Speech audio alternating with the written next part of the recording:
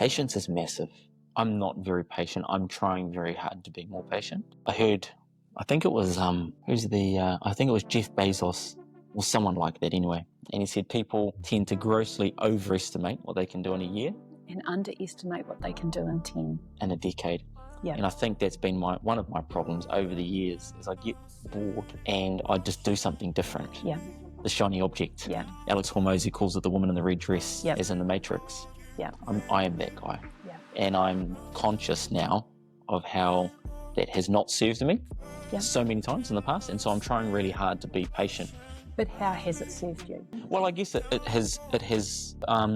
provided me with lots of opportunities to just give something a go. So I've learned how to fail, because lots of those things, in fact, most of those things just haven't worked out. But some of them have, and some of the things that have worked out have been the things that I really didn't expect would work out. So I guess that's the upside. But usually the cost to change is, we get to this stage in our business, for example, we go, things aren't working and we need to do something different. But actually, the cost to change something is huge. There's always a price to pay. Oh yeah.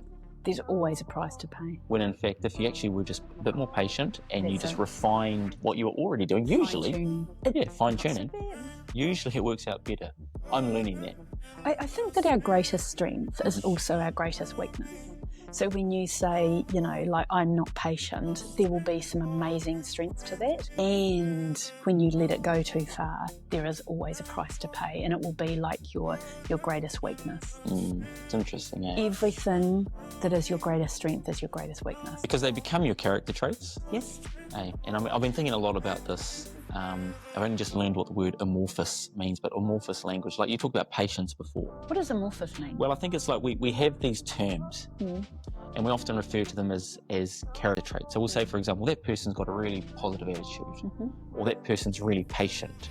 Yeah. And so we use this amorphous language, these terms, these general terms, and everyone kind of just goes along with it. But we use these terms like patience, but no one, or hardly ever, do we stop to actually go, what is patience? Like, tell me what you mean by that. And one of the things I absolutely love about Alex Hormozy, I mentioned it before, is he's so good at breaking down amorphous language, words like patience and positive attitude and resilience, and he chunks them down into actions.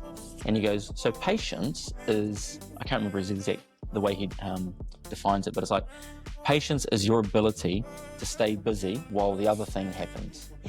I love that so much. And when you break it down like that, you kind of go, okay, so in order for me to be a patient person, I just have to get really, really good at keeping myself busy while my index fund grows. That's it.